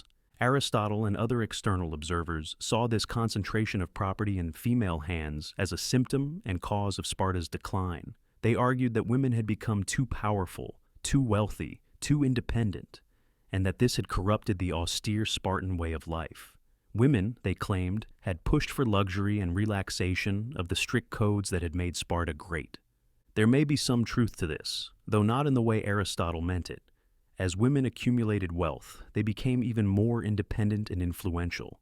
They could loan money, they could influence economic decisions, they could affect who could maintain citizenship status. A woman who controlled vast estates had enormous economic leverage. This may have disrupted the fiction of equality among Spartiate citizens that had been central to Spartan ideology. But to blame women for Sparta's decline is to miss the larger structural problems. The Spartan system had always been fragile, dependent on maintaining a precarious balance, enough warriors to control the helots and dominate neighboring states, but not so many warriors that they couldn't all be maintained at the necessary level of training and equipment. The system had no mechanism to expand the citizen body. It could only shrink. The endless warfare that was supposed to be Sparta's strength became its weakness. Each battle killed Spartiates who couldn't easily be replaced. The rigid citizenship requirements meant that population losses couldn't be made up by incorporating new members. Meanwhile, Sparta's enemies learned from their defeats. Thebes, in particular, developed new military tactics that could defeat the legendary Spartan phalanx. After Leuctra, Sparta lost control of Messenia. The helots there, who had been subjugated for centuries, were liberated and formed their own state. This was catastrophic for Sparta. Half of Sparta's agricultural land was gone, and with it, the economic foundation that had supported the Spartiate class. Spartan citizens who had been wealthy landowners suddenly found themselves impoverished. The system began to collapse. For Spartan women, this period must have been wrenching. Many lost husbands, sons, brothers in the wars. The defeat at Leuctra was particularly traumatic. Sparta had never experienced such a devastating battlefield loss. The system that had defined their lives, that had given meaning to their role as producers of warriors, was visibly failing. Some women apparently tried to maintain the old ways. Plutarch records that after Leuctra, Spartan women emerged into the public spaces to learn news of the battle.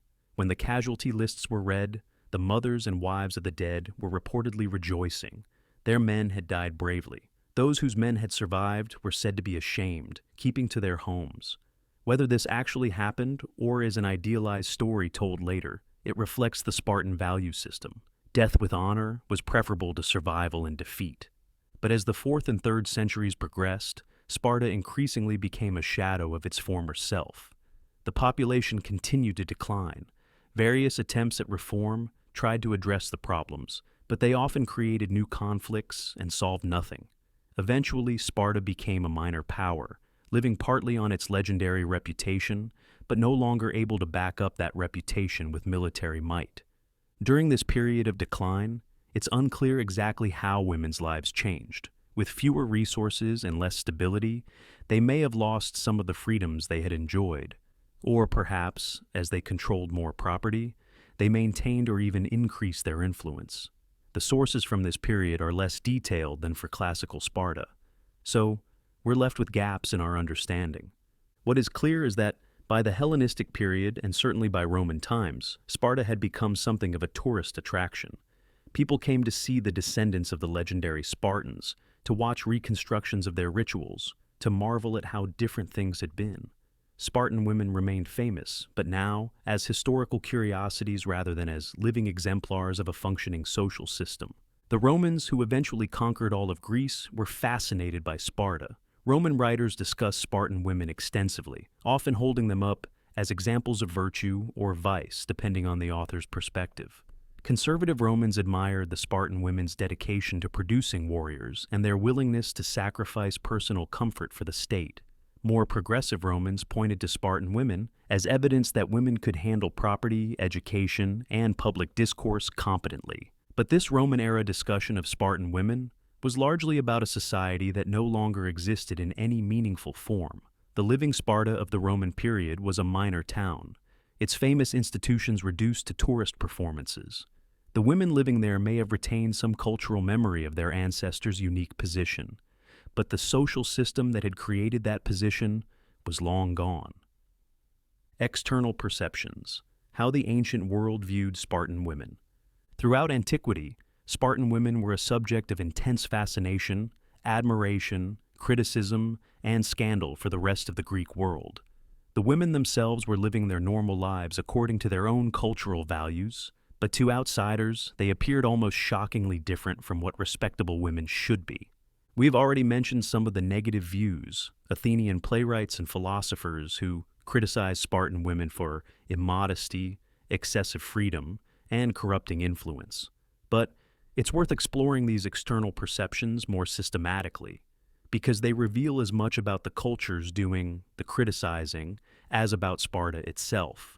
The most common criticism was about Spartan women's physical appearance and deportment: the short tunics, the visible thighs, the public exercise. All of this struck other Greeks as improper, bordering on lewd.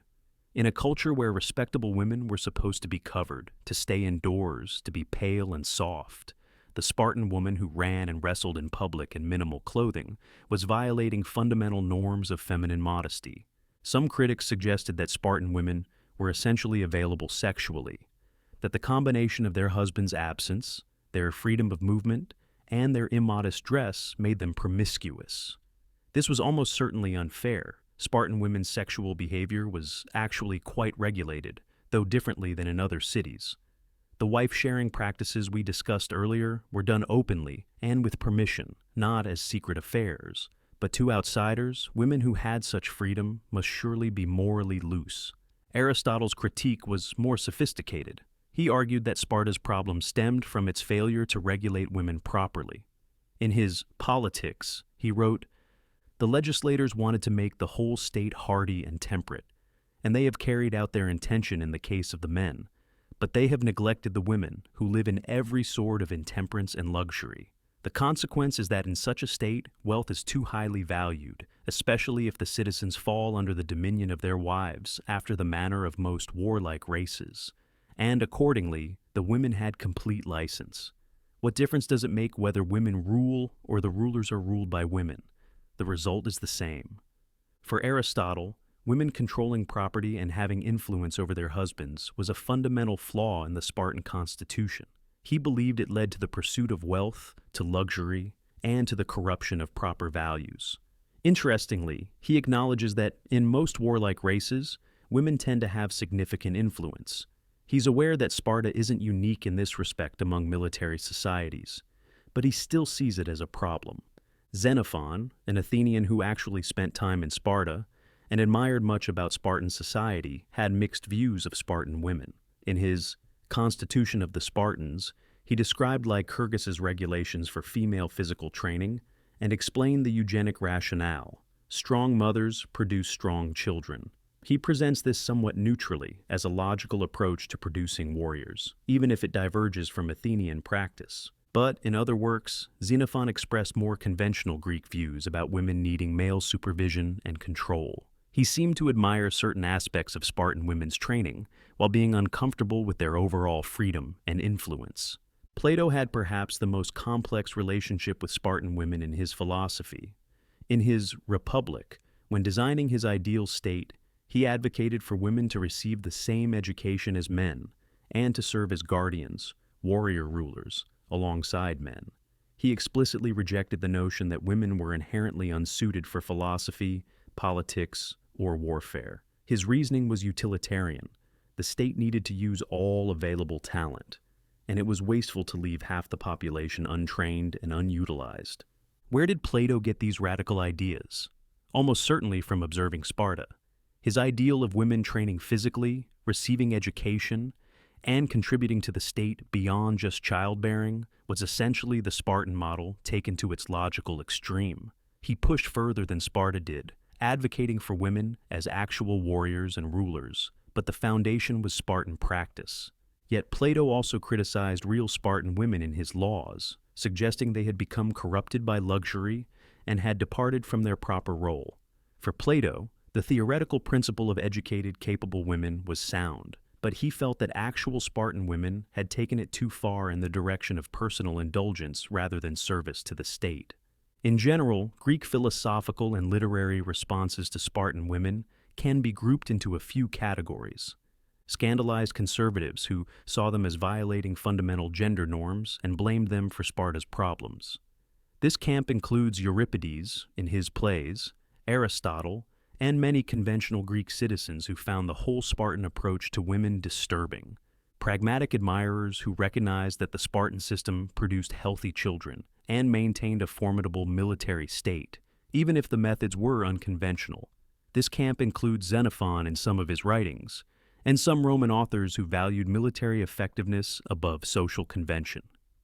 Philosophical innovators who drew on Spartan practice to argue for broader changes in how society treated women. This camp includes Plato and later Stoic philosophers who sometimes use Spartan women as examples in arguments about women's capabilities.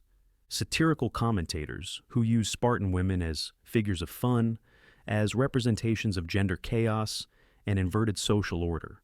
This camp includes comic playwrights and poets who portrayed Spartan women as domineering, masculine, and ridiculous.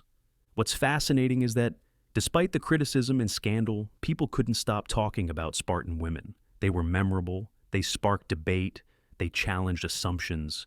Even critics who disapproved of them couldn't dismiss them as simply inferior or incompetent. They had to acknowledge that this different system had produced different results. Some wealthy Greek families from other cities apparently hired Spartan women as nurses for their children, suggesting that despite their scandalous reputation, Spartan women were recognized as skilled and effective in raising healthy, strong children. This is a remarkable testament to the gap between rhetorical criticism and practical recognition of competence. By the Roman period, Spartan women had become legendary. Roman authors writing about them were describing a society that had largely passed away, but they found the topic endlessly fascinating. Some Romans held up Spartan women as exemplars of republican virtue, dedicated to the state, tough, uncompromising. Others saw them as warnings about what happened when women weren't properly controlled.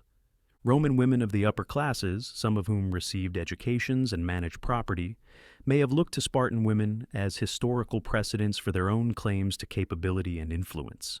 If ancient Spartan women could manage estates and speak publicly, why couldn't Roman matrons do the same? Legacy. Spartan women through history. The influence of Spartan women didn't end with ancient Greece.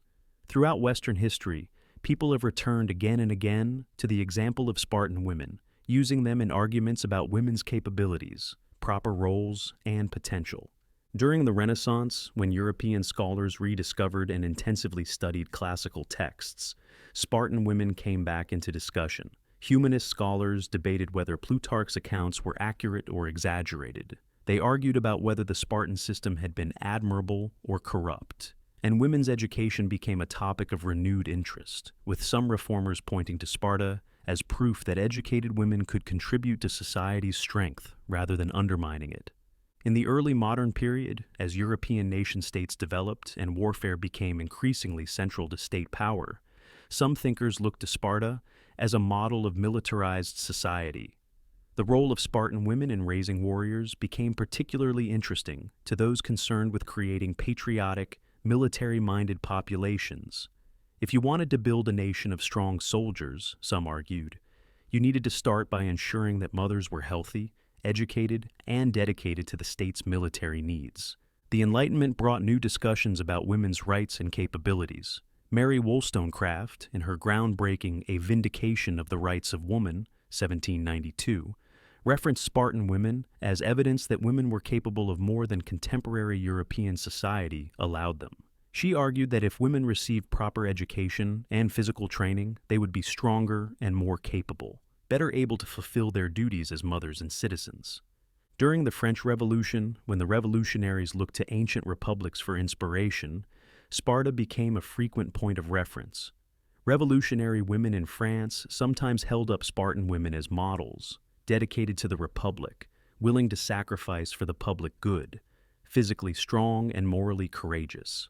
The image of the Spartan mother telling her son to return with his shield, or on it, became a revolutionary motto, encouraging French mothers to dedicate their sons to the defense of the revolution. In the 19th century, as physical education and women's athletics began to develop in Europe and America, Spartan women were frequently referenced. Advocates for women's sports pointed to ancient Sparta as proof that women could engage in vigorous exercise without harm, in fact, with significant benefit to their health and to their children's health. Critics of women's athletics conversely pointed to Sparta's eventual decline as proof that giving women too much freedom and encouraging them to be physical rather than delicate led to social decay.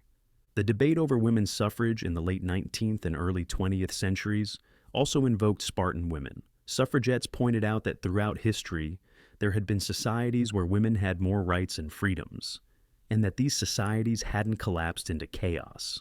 Anti-suffragists sometimes responded that Sparta's decline proved that giving women power was dangerous. In the 20th century, totalitarian regimes found aspects of Sparta appealing. The Nazis in particular romanticized Sparta, seeing it as a model of racial purity, military virtue, and eugenic population management. They held up Spartan women as ideals of motherhood, dedicated to producing warriors for the state, subordinating personal desires to collective needs. This appropriation of Spartan imagery by fascism tainted the example of Sparta for many in the post-war period, making it difficult to discuss Spartan society without confronting its misuse by 20th century authoritarians.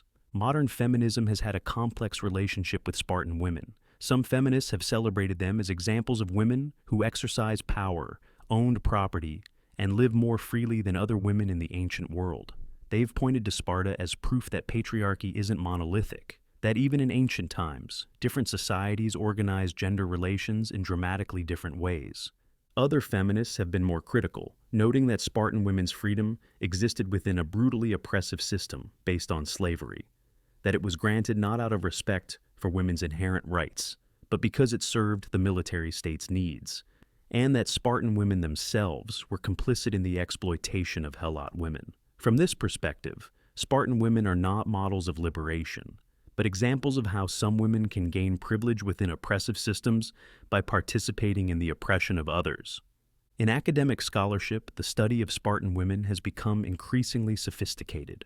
Early scholarship, often written by male classicists, tended to either idealize or denigrate Spartan women, seeing them through the lens of contemporary gender debates. More recent scholarship has tried to understand Spartan women in their own context, examining the archaeological evidence, analyzing the ancient texts more carefully, and considering what life might actually have been like for women in this unusual society. Feminist scholars have brought new perspectives, asking different questions. What did Spartan women think about their own lives? How did they experience motherhood under these demanding conditions? What relationships existed between Spartiate and Helot women? How did the religious practices of women reflect their social position? These questions have enriched our understanding, even when definitive answers remain elusive due to gaps in the evidence. In popular culture, Spartan women appear periodically, The graphic novel and film 300, which depicted the Battle of Thermopylae, included Queen Gorgo as a character who was strong-willed, politically astute, and willing to fight for Sparta. While the film took considerable dramatic license with history, it reflected the enduring fascination with Spartan women and introduced them to a new generation. Modern Greece has a complicated relationship with its Spartan heritage, while ancient Athens, with its democracy and philosophical achievements, is often celebrated as the foundation of Western civilization. Sparta's military authoritarianism and harsh social system are more difficult to embrace. Yet Spartan courage at Thermopylae remains a source of national pride, and Spartan women's unique status is sometimes mentioned as evidence of the variety and complexity of ancient Greek civilization. In contemporary discussions about women's education, athletics, and roles in military service, Spartan women still occasionally appear as historical reference points. Advocates for women in combat roles sometimes point to societies like Sparta, where women's physical training was taken seriously and seen as contributing to national strength. Proponents of physical education for girls reference the Spartan belief that healthy mothers produce healthy children. What can we learn from Spartan women today? Several lessons emerge from their example. First, that social roles for women are not fixed by biology, but are shaped by cultural choices.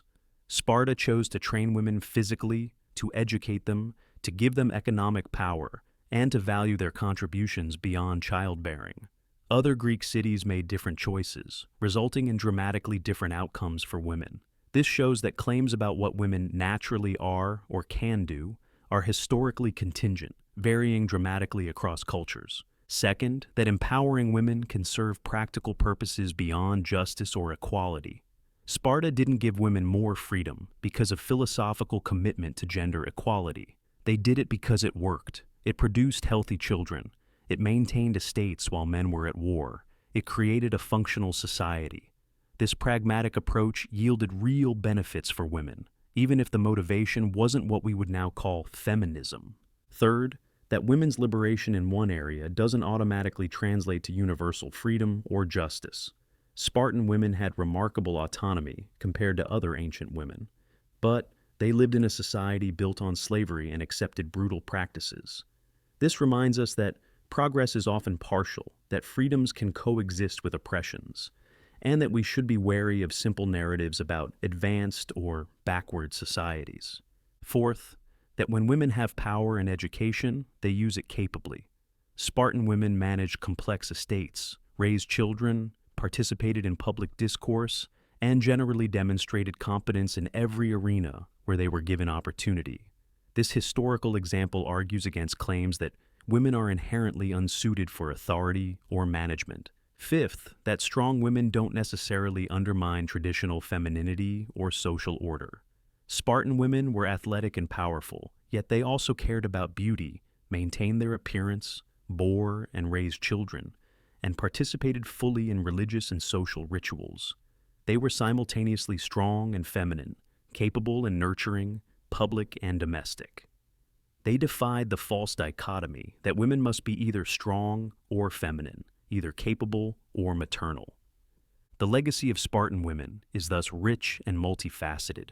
They've been used as symbols in countless debates, held up as exemplars and warnings, celebrated and criticized. Their actual lived experiences were more complex than any of these symbolic uses can capture, but their historical reality, that they lived differently from other ancient women and carved out a space of genuine power and autonomy, remains remarkable. Conclusion. Understanding Spartan women. As our journey through the lives of Spartan women comes to a close, we might ask ourselves, what have we learned? What should we take away from this exploration of a society so different from our own, yet one that still has things to teach us? Spartan women were remarkable not because they were perfect or because they lived in an ideal society. They certainly didn't. The Spartan state was harsh, built on slavery, and ultimately failed to sustain itself. But Spartan women were remarkable because they demonstrated possibilities that most of the ancient world didn't even imagine. They showed that women could be physically strong without ceasing to be women, that they could own property without society collapsing, that they could speak publicly and participate in civic discourse without chaos ensuing. that they could receive education and use it well, that they could manage economic affairs competently, that they could be valued for more than their appearance or their docility. The Spartan woman running at dawn, her strong legs carrying her swiftly across the training grounds, was doing something her Athenian sister couldn't even imagine doing. The Spartan woman standing before a meeting, confidently expressing her opinion on a political matter, was exercising a voice her counterparts in other cities were taught from birth to suppress. The Spartan woman managing multiple estates, making economic decisions that affected dozens of people, was wielding power that women elsewhere couldn't legally hold. Were they free in the way we understand freedom today? No. They couldn't vote in assemblies, they couldn't hold political office. They lived in a society that had clear expectations and strict rules for their behavior. But within the constraints of their time and place, they had carved out a space of autonomy and influence that was extraordinary.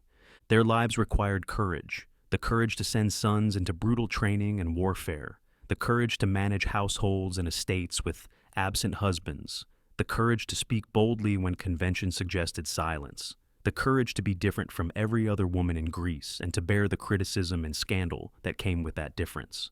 The Spartan woman telling her son to return with his shield, or on it, was demonstrating a kind of fierce courage that we might find uncomfortable but can't help but recognize as real. They also demonstrated the complexities of power and privilege. They were relatively privileged compared to other ancient women, but this privilege rested on the suffering of others. They were both victims of a patriarchal system that ultimately valued them primarily for producing warriors, and beneficiaries of a system that gave them freedoms other women didn't have. They were simultaneously oppressed and oppressors, constrained and free, following strict rules, yet wielding genuine power. If there's a single lesson to draw from Spartan women, perhaps it's this. Human societies have far more flexibility in organizing gender relations than we often assume.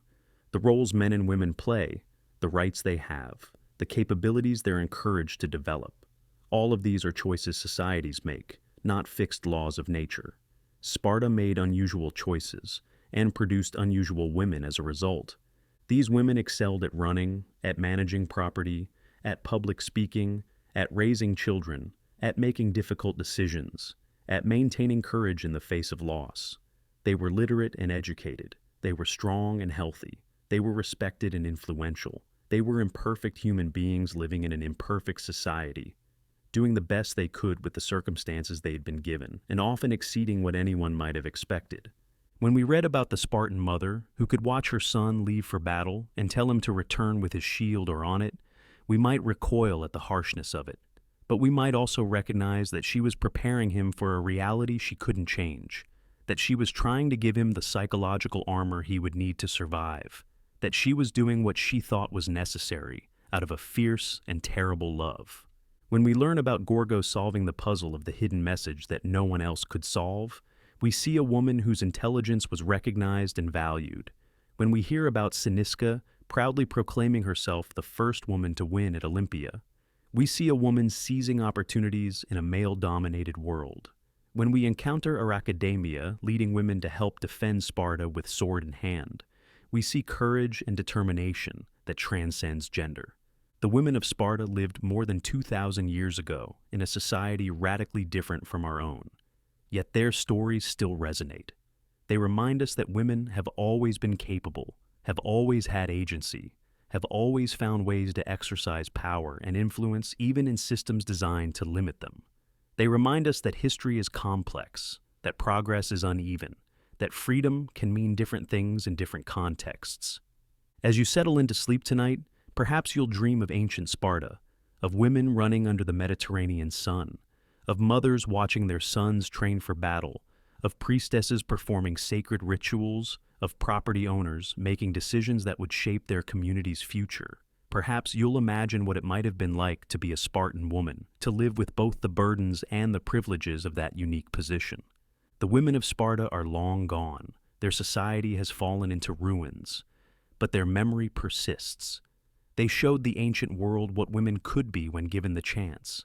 They demonstrate to us today that human capabilities aren't fixed by gender, that societies can make different choices, that women have always been stronger and more capable than any culture that tried to confine them would admit.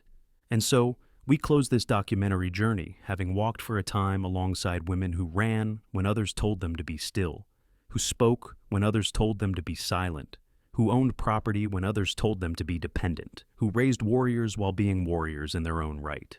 The women of Sparta, remarkable, complex, courageous, and unforgettable. Rest well, and may you find in their story something that inspires, challenges, or simply helps you see the past with new eyes. Good night.